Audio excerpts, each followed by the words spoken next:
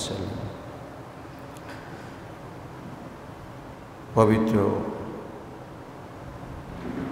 ঈদুল আজহার পরে আল্লাহ পাকের মেহেরবানিতে আমরা জুমার দিবসে আবারও একত্রিত হয়েছি। মহান আল্লাহ আমাদেরকে একত্রিত হওয়ার তৌফিক এনায়েত করেছেন, এজন্য আল্লাহর শুকরগুজার হই। সকলেই বলি আলহামদুলিল্লাহ। আলহামদুলিল্লাহ।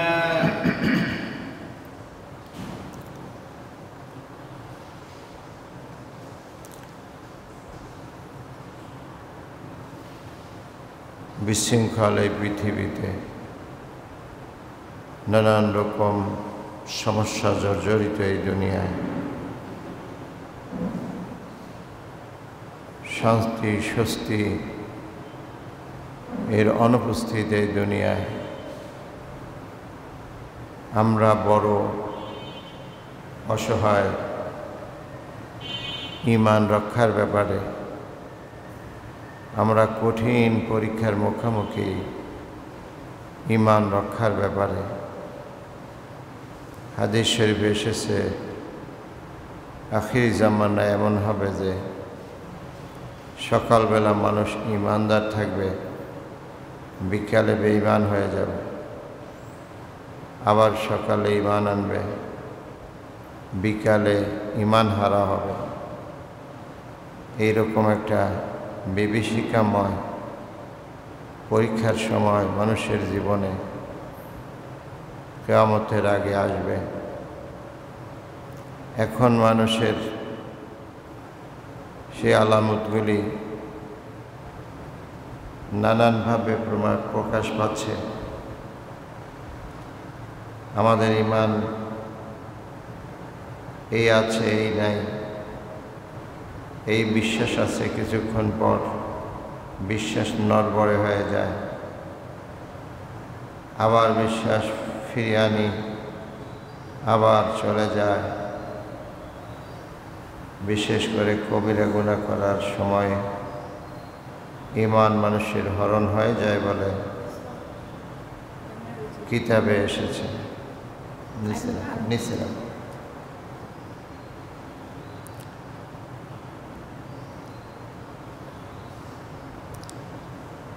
এই জন্য নামাজ ছেড়ে দিলে পরে সাময়িকভাবে মানুষের ঈমান হারা হয়ে যায়। কথাও হাদিসের ব্যাখ্যায় উলামায়ে কেরাম বলেছেন, বাইনাল আবদি ওয়াল মুমিনি তারকুস সালাত, আল্লাহর বান্দা এবং বাইনাল আবদি ওয়াল কুফরি তারকুস সালাত, আল্লাহর বান্দা হওয়া এবং আল্লাহকে অস্বীকার করা ব্যক্তির মধ্যে পার্থক্য হলো শুধুমাত্র নামাজ ছেড়ে দেওয়া। অতএব যেই মুহূর্তে মানুষ নামাজ ছেড়ে দেয় সেই মুহূর্তের জন্য সে ঈমান হারা হয়। ইচ্ছাকৃতভাবে যদি কেউ ছেড়ে দেয়, এভাবে মানুষের ঈমান কঠিন পরীক্ষার মুখোমুখি এই সময় আছে। আমরা দেখতে পাচ্ছি এক হাদিসে আছে, জ্বলন্ত কয়লা হাতের মধ্যে রাখা যেমন কষ্টকর হবে, শেষ জামানায় ঈমান রক্ষা করা সেভাবেই কষ্টকর হবে। আল্লাহর কাছে আমরা পানা চাই, আশ্রয় চাই।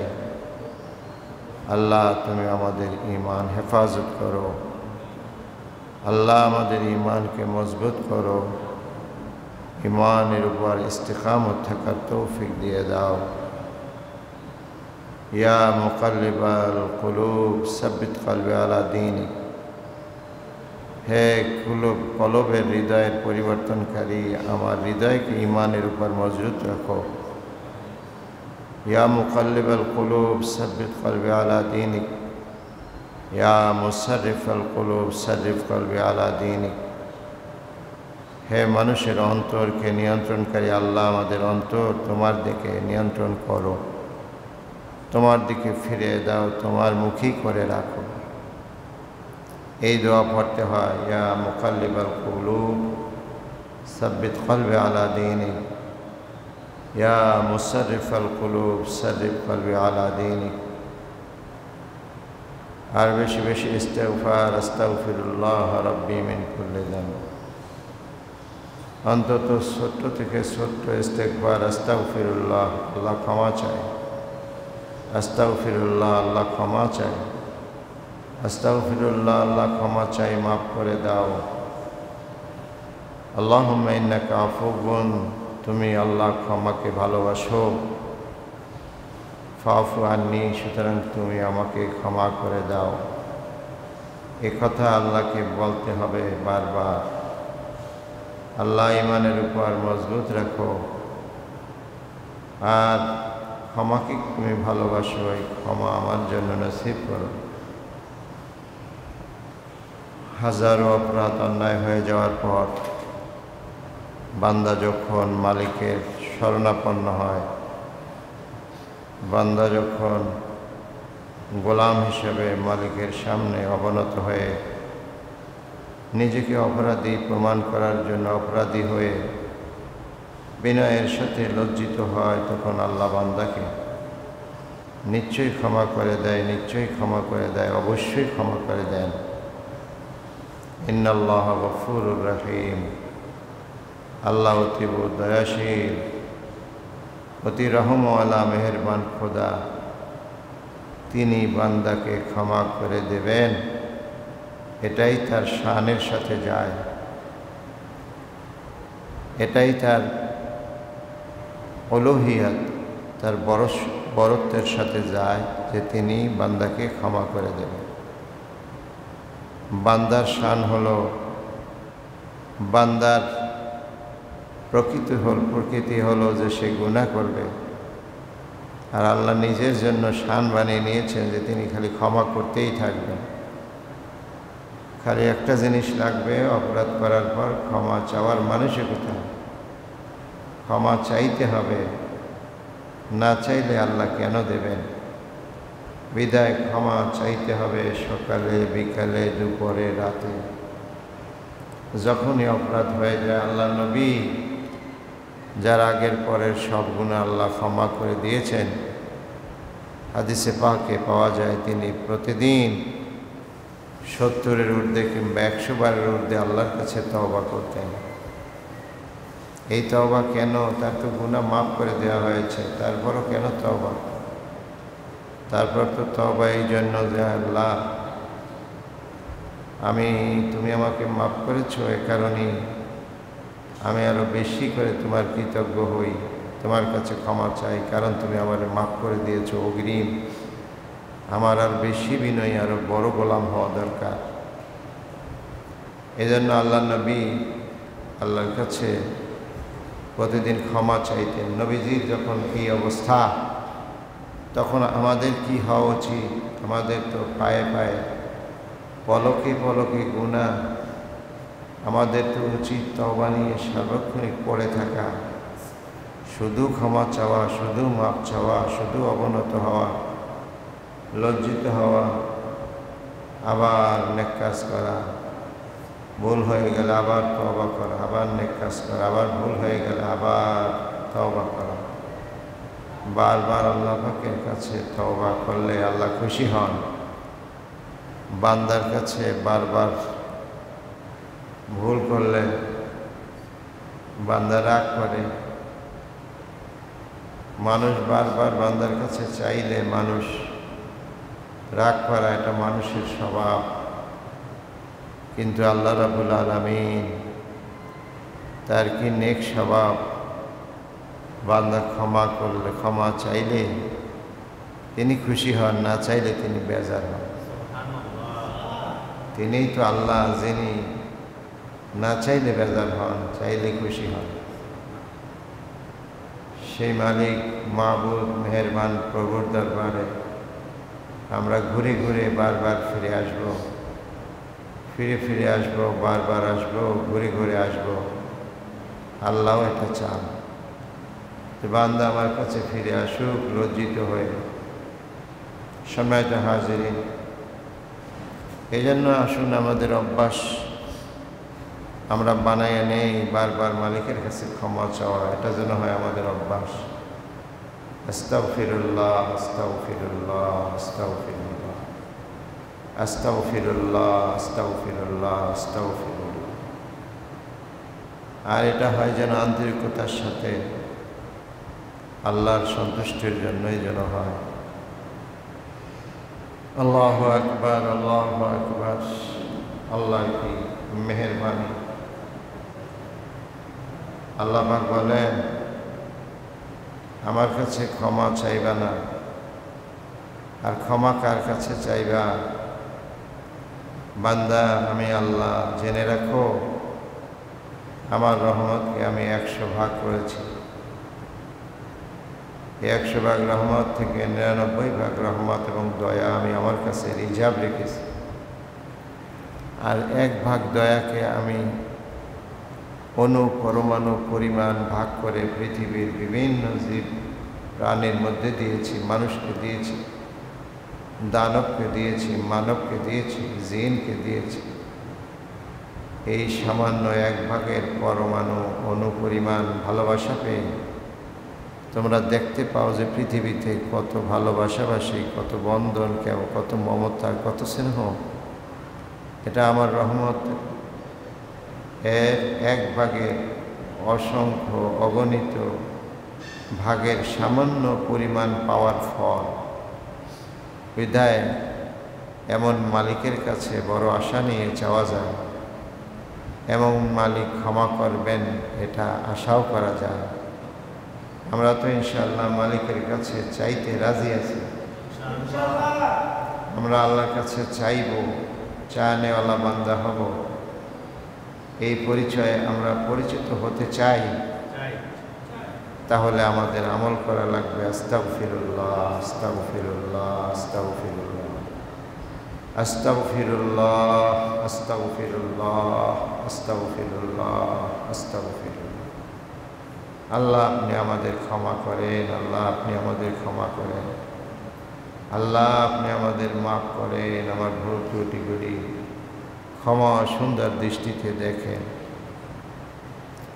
এই বারবার তওবা করলে, বারবার ভুলের স্বীকৃতি দিলে তাদের মর্যাদা আল্লাহ বাড়ায়, তাদের মর্যাদা আল্লাহ পাক বাড়িয়ে দেন। নিজের সম্মান মান বাড়ুক, এটা সব মানুষই চায়। কেউ চায় না যে তার মান সম্মান কমুক। সব মানুষই চায় মানুষ তাকে সম্মান করুক, ইজ্জত করুক। আর সম্মান এবং ইজ্জত পেতে হলে আল্লাহর কাছে ফিরে আসতে হবে। আল্লাহ পাক কোরআনে বলেছেন, ইন্না আকরামাকুম ইনদাল্লাহি আতকাকুম।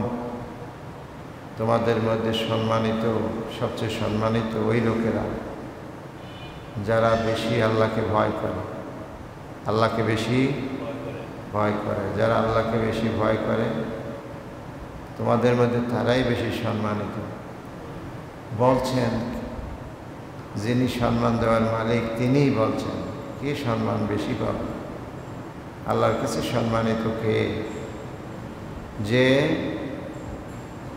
আল্লাহকে বেশি ভয় করে।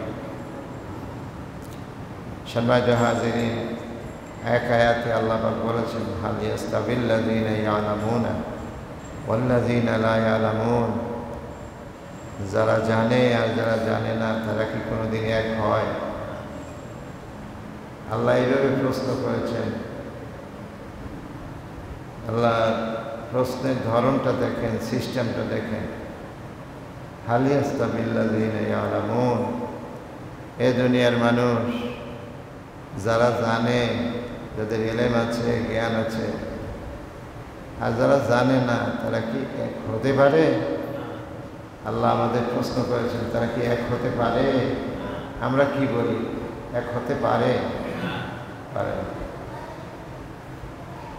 এই জন্য জ্ঞান থাকলে, দ্বীনি ইলম থাকলে ক্ষমা চাওয়ার মানসিকতা তৈরি হয়, অপরাধ বোধ তৈরি হয়। আমি অপরাধী, কথা বুঝতে পারি। জ্ঞান না থাকলে, কোরআনী জ্ঞান, হাদিসি জ্ঞান, ইসলামী জ্ঞান, নেক জ্ঞান, ভালো জ্ঞান,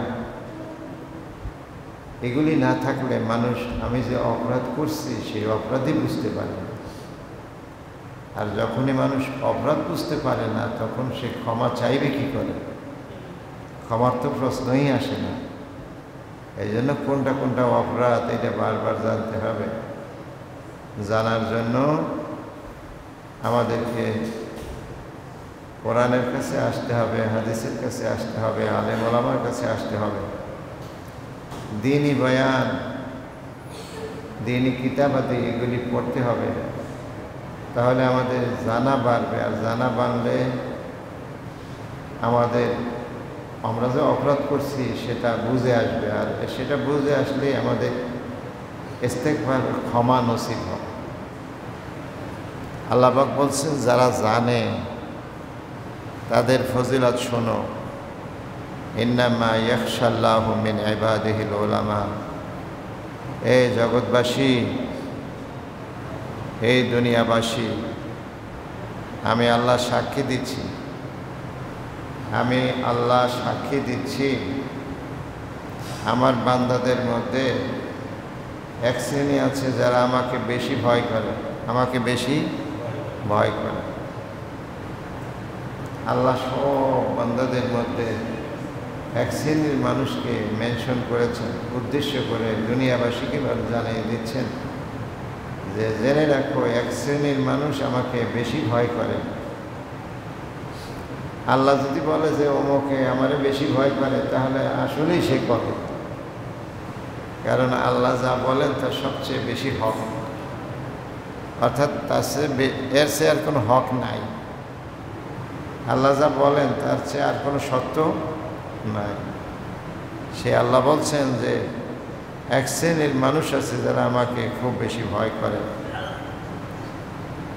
দুনিয়াবাসী তোমরা জেনে নিতে চাও কারা আমাকে বেশি ভয় করে? তারা হচ্ছে আল ওলামা, আলেমগণ। আল্লাহ বলছেন কোরআনের আয়াত যে আলেমরা আল্লাহকে বেশি ভয় করে। আলেমের বহু বচন ওলামা, আলেমগণ আল্লাহকে বেশি ভয় করে। তাহলে আলেমের সাথে ভয়ের সম্পর্কটা কি? কেন আলেমরা বেশি ভয় করে? আল্লাহ বললেন কি কারণ হওয়ার কারণে তারা বেশি ভয় করে, অন্যরা তাদের পরিমাণ করতে পারে না। এই আলেমদের মধ্যে কি আছে যে আল্লাহ তাদেরকেই মেনশন করেছেন?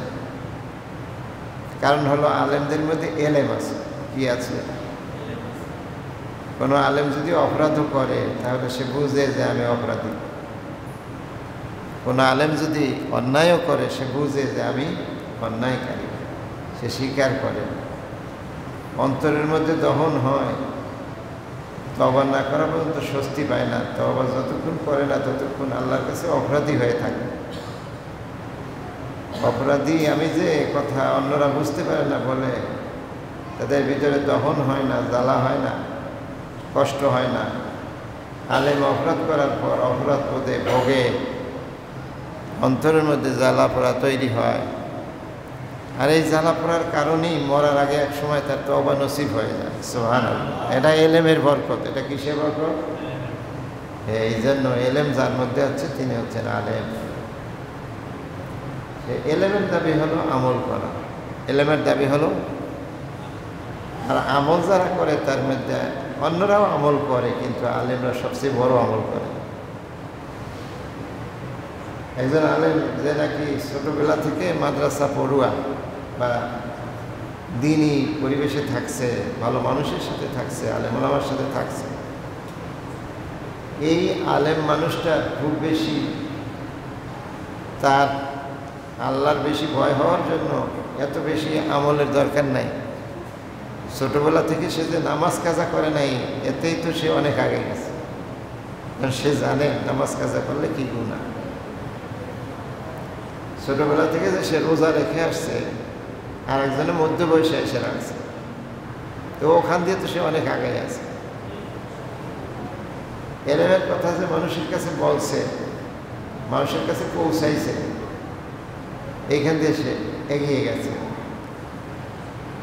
এই জন্য সাধারণ মানুষ আলেমদের কদর বুঝতে ভুল করে। তারা মনে করে যে সাধারণ মানুষ তো অনেক ইবাদত বন্দেগী করে, কেউ কেউ আলহামদুলিল্লাহ ভালো, অনেক নফল রোজা নফল নামাজ পড়ে, এটা তো খুবই প্রশংসাযোগ্য কাজ।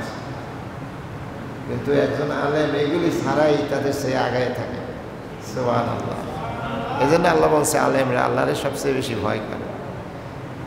বাহ্যিক তেমন আমলে আপনি হয়তো কোনো আমলে দেখবেন না, ফরজগুলি পালন করে, ওয়াজিবগুলি অন্যরা যা করে তাই করে, খুব বেশি নফল হয়তো বা তারা করে না, কিন্তু যেইখানেই করে সেইখানে সবার চেয়ে আগায় থাকে। এটা আমরা অনেক সময় বুঝতে পারি না। আমরা কই যে এই আলেম মানুষ, মল নাই কামল নাই কিছু নাই, এর সে অমুকেই ভালো, সারাদিন রোজা রাখে। এর অর্থ এই না যে আলেমরা নফল নামাজ পড়বে না, তারাও পড়ে, তারাও সুন্নত করে, কিন্তু নাও যদি করতো তো সাধারণ যারা করে অনেক বেশি ইবাদত বন্দেগী, তাদের চেয়ে আল্লাহর ফরজ হুকুম ওয়াজিব হুকুমগুলি পালন করার কারণে তারা এমনিতেই আগে আছে। সুবহানাল্লাহ।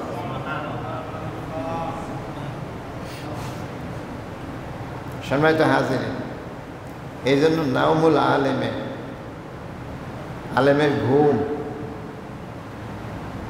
হ্যাঁ নাওমুল আলেমে, আলেমের ঘুম। যারা জানে না বোঝে না দিন সম্পর্কে সঠিক রহস্য যারা বুঝে না, তাদের ইবাদত আর আলেমরা ঘুমাইয়া থাকা, আলেমদের ঘুমই উত্তম। কারণ আলেম যখন ঘুমাতে যায় তখন সে এলেম থাকার কারণে সারাদিনের অপরাধগুলি তার মনে পড়ে, আর সারাদিনের অপরাধ শোয়ার আগে তার মনে পড়ে। এরপরে সে আল্লাহ রব্বি ইসমিকা আমুতু আহিয়া বলে ঘুমায়, আল্লাহ তোমার নামে আমি মরছি, তুমি চাইলে আমি আবার বাঁচব। অর্থাৎ তোমার নামে মরলাম, মরার পর তো আর কিছু নাই, পুরাপুরি স্যারেন্ডার হইয়া তারপর ঘুমায়। আবার যখন সকালবেলা উঠতে পারে তখন আবার শুকরিয়া দিয়া শুরু করে, আলহামদুলিল্লাহিল্লাযী আহইয়ানা বা'দা মা আমাতানা ওয়া ইলাইহিন নুশুর। ওই আল্লাহর শুকরিয়া, আহইয়ানা যিনি মরেছিলাম, ঘোষণা দিয়ে আমি মরছিলাম, সেখান থেকে আল্লাহ দয়া করে আমার আবার বাঁচায় উঠেছে। ঘুমের মধ্যে আমার পুরাপুরি মৃত্যু তিনি দিতে পারতেন, তা দেন নাই, মেহরবানি করে আবার বাঁচিয়ে রেখেছেন, এই জন্য তার শুকরিয়া আদায় করে। দেখেন ঘুমানোর সময় আল্লাহর কাছে মরে গেছি এই কথা বলে পুরোপুরি স্যারেন্ডার করে তার নামে ঘুমায়। আর আলেম হওয়ার কারণে ওঠার সময় আলহামদুলিল্লাহিল্লাযী আহইয়ানা, আবার আল্লাহ শুকরিয়া করে আবার ওঠে, আল্লাহর কাছে স্যারেন্ডার করে ঘুমায়, আবার আল্লাহ শুকরিয়া আদায় করে জাগনা পায়। এটা কেন? এটা এই জন্য যে উনি আল্লাহ পাকের কাছে স্যারেন্ডার দিনে কোথাও হইতে পারেন নাই। এই আলেম সাহেবের কোথাও কোনো ভুল হয়ে গেছে, এই দোয়ার মাধ্যমে সে স্যারেন্ডার করে ঘুমাই গেছে, আবার দোয়া দিয়া সেই মালিকের প্রশংসা করে আবার জাগ্রত হয়েছে। এই কথা তো যারা আলেম নন তারা তো এভাবে করে বুঝবেন না, এভাবে করে তো এই কথাটা তারা নেবেন না। আলেম তো অন্তর দিয়ে অনুভূতি দিয়ে এই কথা বুঝে নেবেন, আর সে অনুযায়ী দোয়া পড়বেন। সাধারণ মানুষের দোয়া পড়া আর ওই যে দোয়ার অর্থ জানা লোকের দোয়া পড়া কিন্তু এক না। কি বলেন? এক। তোতা পাখিরে লা ইলাহা ইল্লাল্লাহ মুহাম্মাদুর রাসূলুল্লাহ শিখিয়ে দিলে বলতে পারে না, এতে কি তোতা পাখি মুসলমান হয়ে যায় না? অর্থ বুঝে না, এমনিতেই সে ভাষা। তো আলেম ওলামারা অর্থ বুঝে অনেক কাজ করে বলে তাদের কাজগুলি আল্লাহর জন্য হওয়ার সম্ভাবনা বেশি থাকে, মালিকের জন্য হওয়ার সম্ভাবনা বেশি থাকে। সম্মানিত হাজিরিন, একটু জোরে তাকবীর বলি, আল্লাহু আকবার। আমি বলতেছিলাম আল্লাহ নিজে বলছেন, আল্লাহ নিজে সার্টিফিকেট দিচ্ছেন, ইন্নামা ইয়াখশাল্লাহু মিন ইবাদিহিল উলামা। নিশ্চয়ই আল্লাহর বান্দাদের মধ্যে আলেমরাই আল্লাহকে বেশি ভালোবাসে। কারণ কি? তার মধ্যে এলেম আছে। এলেম থাকলে কোনটা অন্যায় কোনটা ন্যায় বুঝতে পারবে। অপরাধও যদি করে তাহলে আমি অপরাধী এইটাও বুঝতে পারি। যার জন্য এই আলেম সাহেবের মরার আগে কোনো না কোনো সময় তওবা নসিব হয়েই যায়। সুবহানাল্লাহ। এটা ওই এলেমের বরকতে, ওইটা ওই এলেম এবং জ্ঞানের বরকতে। আল্লাহ পাকের কাছে আমরা তৌফিক চাই, তিনি যেন আমাদেরকে ওই রকম আলেম হওয়ার তৌফিক দান করেন। সম্মানিত হাজিরিন, এই জন্য এই কথা দ্বারা আলেমদের প্রশংসা যেমন বুঝায়, সাথে সাথে আল্লাহ এই কথাও বুঝাতে চাইছে তোমরাও আলেম হও। তোমরাও কি হও? আলেমদের প্রশংসা করে শুধু আলেমদের প্রশংসাই না, আল্লাহ এই কথা কোরআনের মাধ্যমে বলে মানুষকে বুঝাতে চায় তোমরাও আলেম হও, তোমরাও জানো, দিন সম্পর্কে জানো, শরীয়ত সম্পর্কে জানো, ইসলাম সম্পর্কে জানো, পরোপকার সম্পর্কে জানো, সমাজের কল্যাণ সম্পর্কে জানো, আমলে সলে যা কিছু ভালো কাজ, কি ভালো কাজ সেগুলি সম্পর্কে জানো। আমলে সলে, ঈমান, আমল, যত নেক কাজ দুনিয়া আছে সব আমলে সলে। আমরা আমলে সলে ভালো নেক কাজ বলতে শুধুমাত্র ইবাদত বন্দিগি বুঝি। আমলে সলে বা ভালো কাজ শুধু ইবাদত বন্দিগি না, হ্যাঁ এ সবই ইবাদত বন্দিগি, সবই ইবাদত বন্দিগি। আমলে সালে যদি আল্লাহ এবং তার রাসূলের হুকুম অনুযায়ী হয়। যেহেতু আমরা আমলে ভাগ করে নিছি, এই জন্য বাইরে যদি কেউ ভালো কাজ করে সেটাকে আমল বা ভালো কাজ বলে আমরা মনে করি না। কেউ যদি কারো একটা উপকার করে দেয় সেটাকে আমরা আমল বা ভালো কাজ মনে করি না, যেমনটা মনে করি 4 রাকাত নফল নামাজ পড়লে।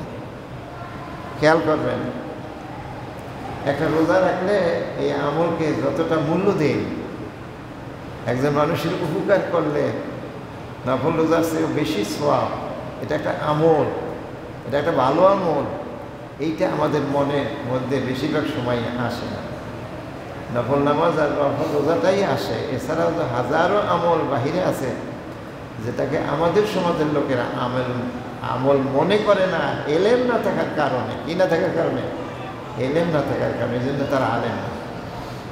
ওনারা যদি জানতেন নফল নামাজও যেমন আমল, একজন অসহায় মানুষের পাশে গিয়ে দাঁড়ানো তার চেয়ে বড় আমল, এইটাও আল্লাহর হুকুম এবং বড় আমল, বড় সওয়াব। আমরা নফল নামাজেরটা বুঝলেও ওইটা ওই পরিমাণ বুঝি না, বুঝলেও এর গুরুত্ব যে এই নামাজের চেয়েও বেশি তা বুঝি না। বুঝি না বলে আমরা আলেম না। আমরা কি না? আলেম না। আল্লাহ বলছে আলেম। এখন আলেম আপনি আনুষ্ঠানিকভাবে ছোটোবেলা থেকে কোরআন হাদিস পড়ে, মাদ্রাসায় পড়ে, মসজিদে গিয়ে, মক্তবে গিয়ে, ইসলামী উচ্চশিক্ষা নিয়ে আমি আলেম হতে পারি। আমরা আনুষ্ঠানিক আলেম হতে পারি, আবার অনানুষ্ঠানিক আমল হওয়া যায়, আলেম হওয়া যায়। অনানুষ্ঠানিক আপনি মাদ্রাসায় যান না, কিন্তু আপনি আলেমের সাথে থেকে, ইমামের সাথে থেকে, দিনদার লোকের সাথে থেকে, কোরআন হাদিস পড়ে, দিনই পুস্তকাদি পড়ে, যারা ভালো কাজ করে তাদের সঙ্গী হয়ে আপনি আলেম হতে পারবেন। আপনি কোরআন শরীফ সহি, যে কোনো একজন মানুষের কাছে সহি তেলাওয়াত জানে এমন একজনের কাছে সহি আপনি হতে পারবেন। হাদিস একজন হাদিস জানা লোকের কাছে আপনি শিখতে পারবেন। ফিকহের মাসলা আপনি একজন আলেমের কাছে শিখতে পারবেন। হালাল হারাম আমি আরেকজনের কাছে শিখতে পারবেন। যখনই আপনার প্রয়োজন পরিমাণ দিনই জ্ঞান যারো কাছ থেকে শুনলেন, শিখলেন, বুঝলেন, রহস্য জানলেন, তখন আপনি কি হয়ে গেলেন? আলেম হয়ে গেলেন। আপনি কি হয়ে গেলেন? আমাদের এখানেও একটা ভুল ধারণা আছে। এই ভুল ধারণাটা খুব মনোযোগ দিয়ে শোনা দরকার। আর মনোযোগের জন্য সবচেয়ে উত্তম হলো হৃদয়কে সজাগ রাখা, কান খাড়া রাখা, কথাকে মূল্য দেওয়া। একবার তাকবীর বলি, আল্লাহু আকবার। আলেম একটা হলো আনুষ্ঠানিক, ওই যে মাদ্রাসায় পড়ে, তারপর আরবি বিশ্ববিদ্যালয় পড়ে, সৌদি আরব গিয়ে, নানান জায়গায় গিয়ে আলেম হওয়া, মদিনা বিশ্ববিদ্যালয় পড়ে আলেম হওয়া।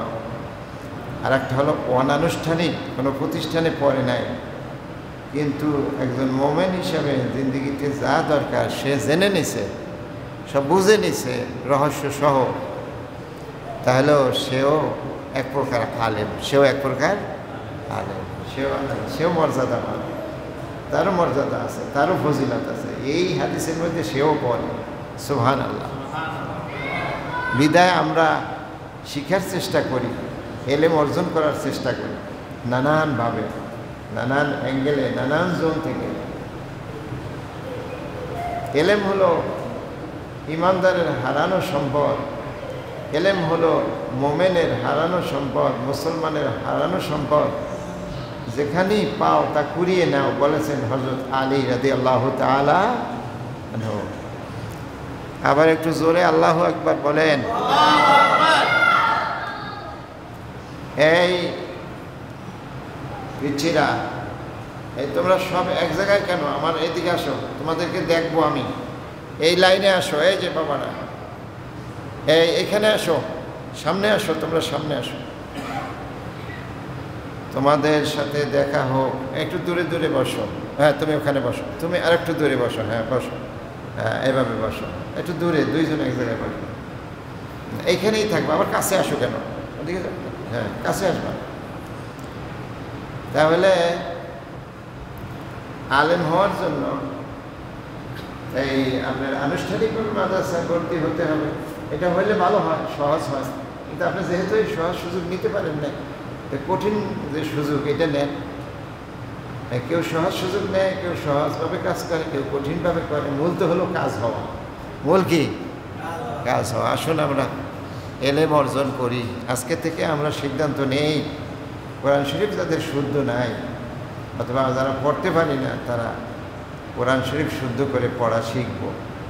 বড় এলেম, এলেমের শুরু এইটা। কোরআন শরীফ শুদ্ধ করে পড়া, এটা এলেমের গভীরতা না, কিন্তু এলেম শুরু করতে হবে এটা দিয়ে। প্রাইমারি ছাড়া যেমন উচ্চ শিক্ষা অর্জন করা যায় না, কোরআন তেলাওয়াত শুদ্ধ করে ছাড়া আপনার বড় দূর অনেক কিছু জানলেও আগাইতে পারবেন না। কারণ আসল জায়গায় আপনার গলত, আসল জায়গায় আপনি যত বড় আলেম হন, যত বড় বুজুর্গ হন, আপনার কোরআন তেলাওয়াত যদি শুদ্ধ না হয়, আপনি কি ইমামতি করতে পারবেন? পারবেন না, আপনি আনফিট। কিন্তু কোরআন তেলাওয়াত খুব একটা সহজ জিনিস, এইটা আপনি পড়লে ফিট হয়ে যাবেন, ইমামতির জন্য ফিট। ইমাম হওয়ার জন্য যা শর্ত আছে তার মধ্যে 1 নম্বর হলো শুদ্ধ তেলাওয়াত, তারপর হলো মাসনা মাসাইল। 1 নম্বর কি? শুদ্ধ তেলাওয়াত। এরপর একজনের শুদ্ধ তেলাওয়াত আছে, আর একজন আছে শুদ্ধ তেলাওয়াত নাই, মাসনা মাসাইল হারছে একটু ভালোই জানে। তাহলে ইমামতি করবে যার শুদ্ধ তেলাওয়াত, সে বেশি ফিট। আর যার শুদ্ধ তেলাওয়াত আছে, এরপর আবার এই জ্ঞানও আছে, এলেমও আছে, তিনি আরও ফিট।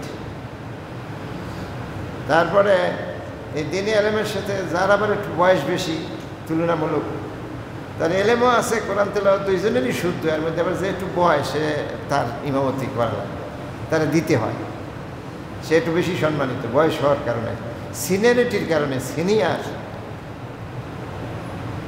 এরপরে এই 3টাই যদি সমান থাকে তাহলে কি হবে? তাহলে যার বউ সুন্দর, কি বউ সুন্দর, বউ আসে বউ সুন্দরের লাগে, আবার এটা সম্পর্ক কি? সম্পর্ক আছে। যার বউ সুন্দর তার অন্তরের ইতমিনান বেশি, প্রশান্তি বেশি। সুন্দর বলতে শুধু চেহারা সুন্দর না, কথাবার্তা, আচার আচরণ, এই সব মিলে যার বউ সুন্দর, এই সবগুলি সবাই সমান। 4-5 জন আছে, সবাই আলেম, তারপর আবার তেলাওয়াত ভালো জানে, আবার মাসলা মাসাইলও ভালো জানে, বয়সও প্রায় সমান হয়ে গেছে। তারপরে দেখবেন যে তাকে এর মধ্যে যদি জানা সম্ভব হয় যে বউ রাখার সুন্দর বেশি, কথা কাজে সব মিলে সুন্দর বেশি, যার বউ সেই ইমামতিতে যাবে। এই কথা কইলে অনেকে আসে, কিন্তু এটা মাসলা, এটা বাস্তবতা। এটার কারণে মানুষের প্রশান্তি বাড়ে, আর যার প্রশান্তি যত বেশি সেই ইমামতের জন্য সবচেয়ে বেশি ফিট। এই অর্থে এটা বলেন আল্লাহু আকবার। ইসলাম খুব যুক্তিসঙ্গত ধর্ম, ইসলাম খুব যুক্তিসঙ্গত ধর্ম। অযৌক্তিক কিছুই এখানে পাবেন না। কিন্তু সমস্যা হলো ওই যে আমরা আলেম না, এর জন্য বুঝি না। সমস্যা হলো এর রহস্য আমরা আলেম না হওয়ার কারণে বুঝি না। এই জন্য আল্লাহ কোরআনে আলেমদের প্রশংসা করছেন, ইন্নামা ইয়াখশাল্লাহু মিন ইবাদিহিল উলামা, নিশ্চয়ই আল্লাহর বান্দাদের মধ্যে আলেমরাই আল্লাহকে সবচেয়ে বেশি ভয় করে। বলেন সুবহানাল্লাহ। আল্লাহ পাক আমাদেরকে এলেম অর্জন করার তৌফিক দান করুন, আর সেই এলেমের আলোকে আমরা যেন আমলও করতে পারি। আল্লাহ সে তৌফিকও বেশি করে আমাদেরকে দান করুন। ওয়া আখিরু দাওয়ানা আলহামদুলিল্লাহি রাব্বিল আলামিন।